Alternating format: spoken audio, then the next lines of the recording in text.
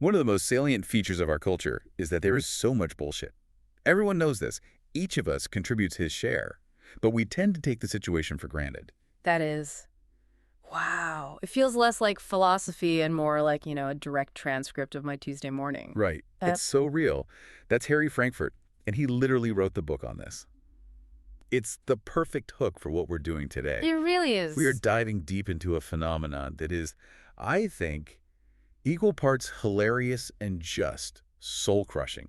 Organizational bullshit. It's the elephant in the boardroom, for It sure. is. We're unpacking this really heavy-hitting article by Jonathan H. Westover, The Hidden Tax. And I know when you hear organizational bullshit, you probably think of, like, Dilbert comics or something. For the office. Yeah, Exactly. it feels like a joke. But our mission here today is to convince you that this is actually a serious, quantifiable threat to your company and, frankly, to your own sanity.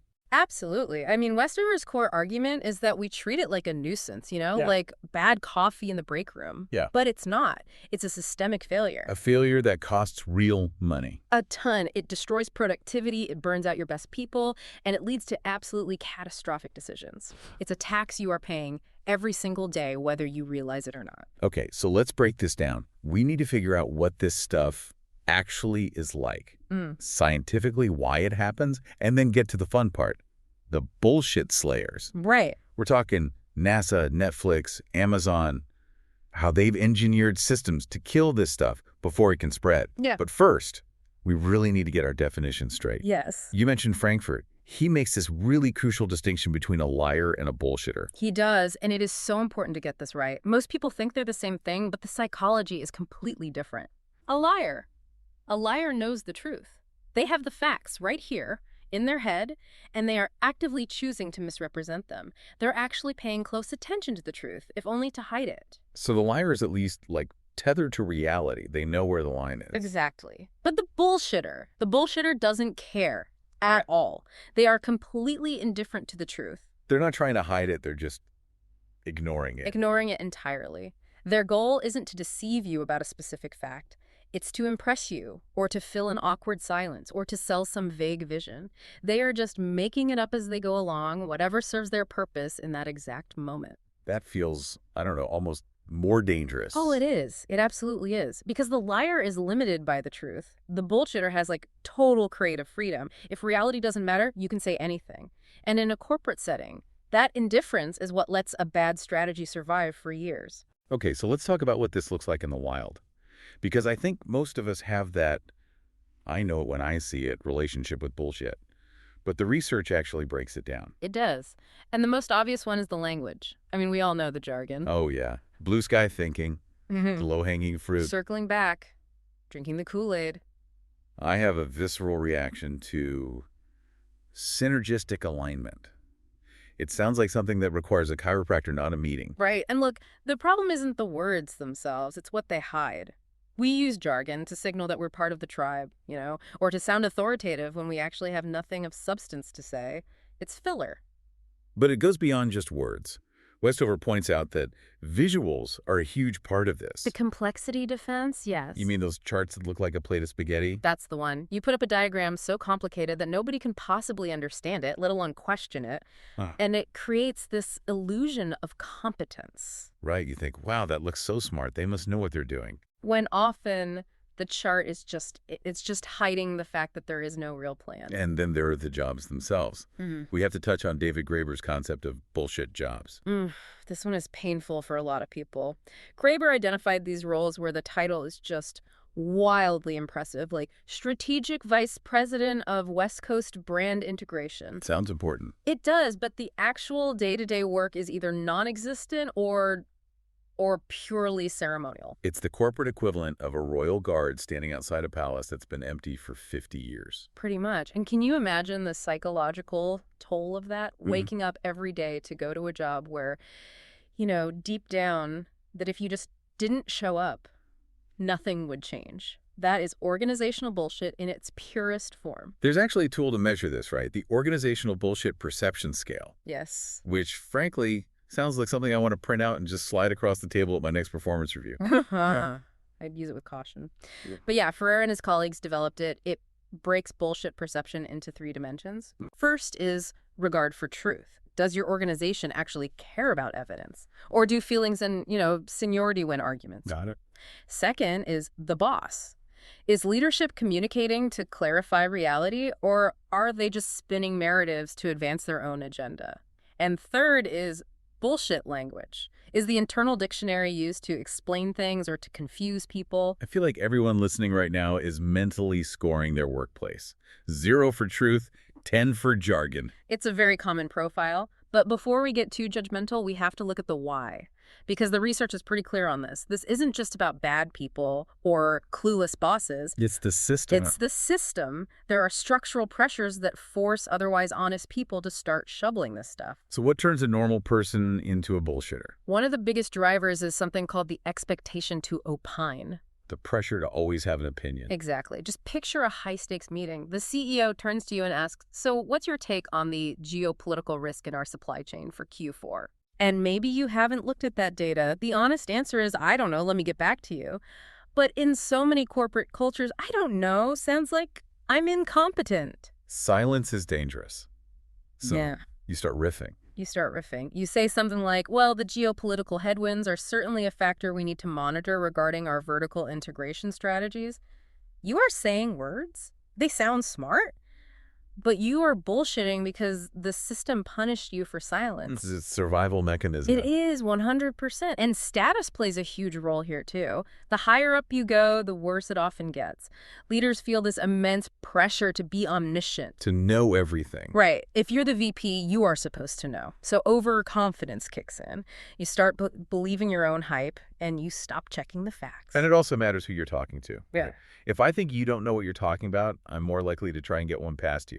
That's the low accountability factor. If I know nobody in the room has the expertise to fact-check me, or maybe the culture is just so polite that nobody will fact-check me, then bullshitting is just the path of least resistance. Why do the hard work of research if I can just wing it? Nobody will stop me. And of course, size matters. The research shows a clear correlation. Bigger companies, more BS. Unfortunately, yes. Bureaucracy is a breeding ground for it. When you have 12 layers of management, it is just so easy for the truth to get lost in the elevator between the ground floor and the C-suite. Okay, so we know what it is, we know why we do it, but I really want to push on the consequences. The title is The Hidden Tax. That implies a real cost. What are we actually paying? The single most expensive line item is decision quality. This is from Spicer's research. If your organization runs on bullshit, if the inputs for your strategy meetings are just feel-good data or gut feelings disguised as facts, And then the outputs are going to be garbage. complete garbage, you are building a massive, expensive strategy on a foundation of sand. And when the tide comes in. The whole thing collapses. But there's a more human cost, too. The tax on talent. Westover talks about the cognitive labor involved. Unpack that a bit. What is that? Just think about the mental energy you spend trying to decode a vague email from your boss, or the time you waste in a meeting trying to figure out if your project manager is actually saying the project is on track, or if they're just using 50 words to say they haven't started. It's exhausting. It's like trying to read a map that just keeps changing. Precisely. It burns through your cognitive battery.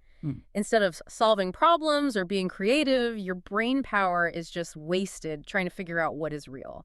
And that leads to ethical dissonance. Which is just a fancy way of saying feeling gross about your job. It really is. It's the stress of pretending. If you value honesty, but your job requires you to nod along to a strategy you know is complete nonsense, that creates this internal conflict. And the research says people usually react in one of 4 ways. Okay. Exit, voice, loyalty, or neglect. Exit is obvious. You quit. Voice is speaking up. Which is really risky. Right.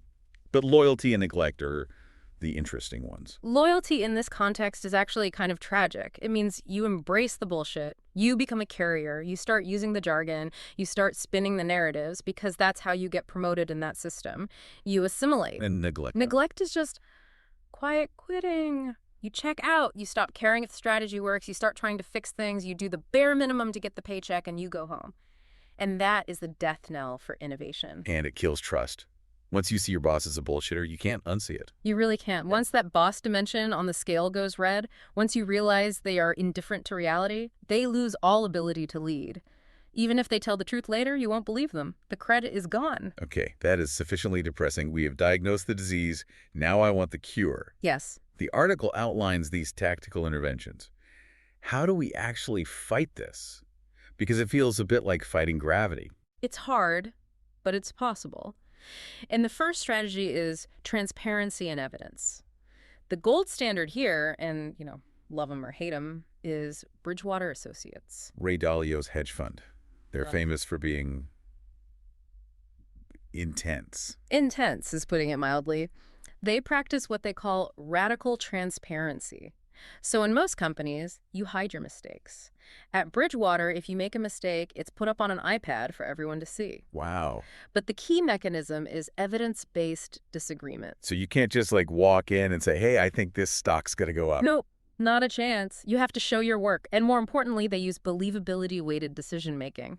Your opinion only counts as much as your track record proves it should. So if you have a history of being wrong about tech stocks, Then your opinion on Apple means way less than the junior analyst who's been right 10 times in a row. that sounds brutal, but it effectively weaponizes the truth against bullshit. You can't just charm your way through that meeting.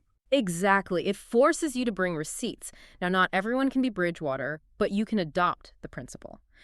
Make evidence the price of admission for having an opinion. Another strategy is procedural justice. This is where NASA comes in. And this is a heavy one. We all know the history of the Challenger and Columbia disasters. In both cases, there were engineers who knew there was a problem. They knew. They knew the O-rings were brittle. They knew the foam strike was dangerous. But the management structure suppressed that information. The bullshit was the official narrative that everything is fine, we have a schedule to keep. So how did they fix it? They realized they couldn't just tell people to speak up. Yeah. That's not enough. They had to build a bypass. They established independent safety panels and these escalation channels that went outside the normal chain of command. So if my boss tells me to shut up about a safety risk, I have a red phone I can pick up that goes over his head. Essentially, yes. And the Cleveland Clinic does this too. They have speak-up programs where a janitor can literally stop a surgery if they see a safety violation. The mechanism here is lowering the cost of dissent.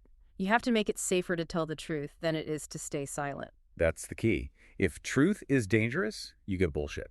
If truth is safe, you get reality. Right. And sometimes the problem isn't fear, it's just a lack of skill. We have to talk about critical thinking. This is the McKinsey and the U.S. intelligence angle. Yeah. Sometimes people bullshit simply because they don't know how to properly analyze a problem.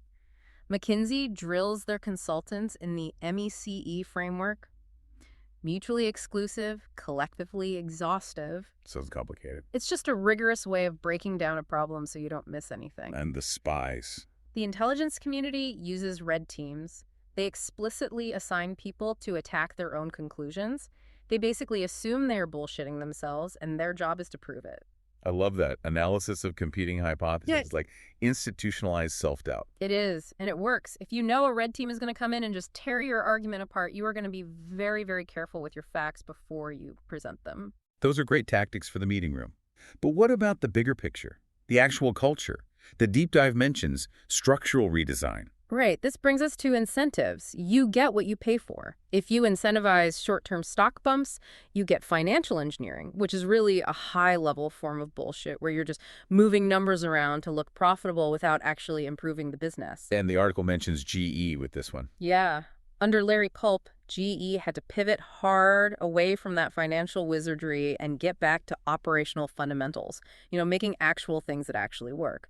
But Netflix is my favorite example here because they attack what's called information asymmetry. That's where the boss knows things that the employees don't. And Netflix just destroys that. They share almost everything: strategy docs, viewer numbers, financial data with every single employee. Their whole philosophy is freedom and responsibility. So if you treat people like adults, And give them the real data, they don't have to guess.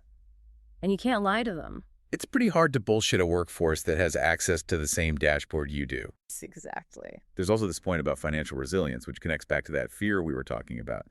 The article uses Patagonia and Southwest Airlines as examples. Yeah, insecurity breeds bullshit. If I am terrified that one bad quarter means I lose my job, I am going to lie about that quarter. I'm going to hide the losses. So how do you break that cycle? You build a safety net. Southwest has this legendary history of not laying people off during economic downturns. And that creates massive psychological safety. If I know my job is safe, even if the economy tanks, I can be honest about what isn't working.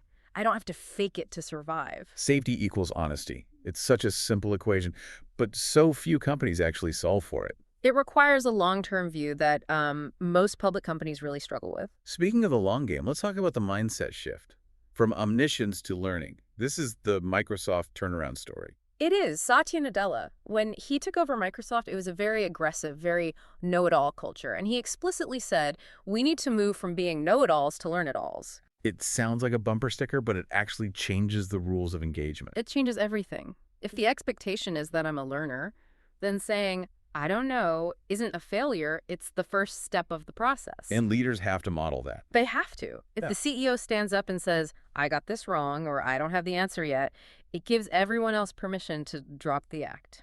And finally, we have to talk about Amazon and the 6-page memo, because this is one of the most tangible anti-bullshit mechanisms I've ever heard of. Oh, it's brilliant in its cruelty. No PowerPoint, no slide decks. Because slides are so easy to hide behind. You can put up 3 bullet points and a stock photo of a handshake and just talk your way through it. You can charm the room, exactly. But at Amazon, you have to write a 6-page narrative, a memo, full sentences, coherent arguments.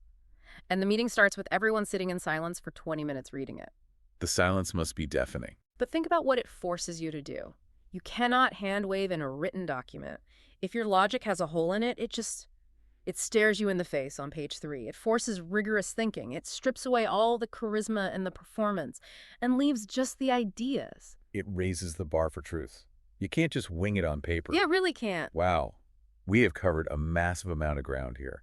From the definition of the bullshitter as someone who's just indifferent to truth, to the hidden tax on our brains, to these really specific tools like red teams and the 6-page memo. It's a lot. So if we zoom out, what's the real takeaway? Because, we aren't all Ray Dalio or Satya Nadella. The takeaway is that bullshit is a structural problem, but it has personal solutions. You have to start by diagnosing your own environment. Use those dimensions we talked about. Truth, boss, language. Just look at your next meeting. Is evidence winning? Or is it the loudest voice? And if it's the loudest voice? Then you have to look at your own contribution. And this is the uncomfortable part. We've spent this whole time talking about them, the bosses, the system. But where are you? The bullshitter. Seriously. Yeah. Where are you using jargon to hide the fact that you haven't done the work? Where are you nodding along to a strategy you know is doomed because you just don't want to rock the boat? That is the challenge. It is. This place is full of it. Shouldn't be an accepted refrain. But you can't clean up the culture if you're contributing to the pollution.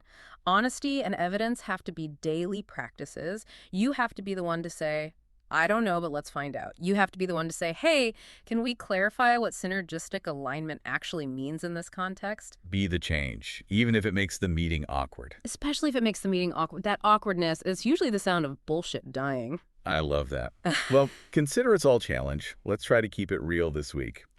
Thanks for listening to The Deep Dive. See you next time.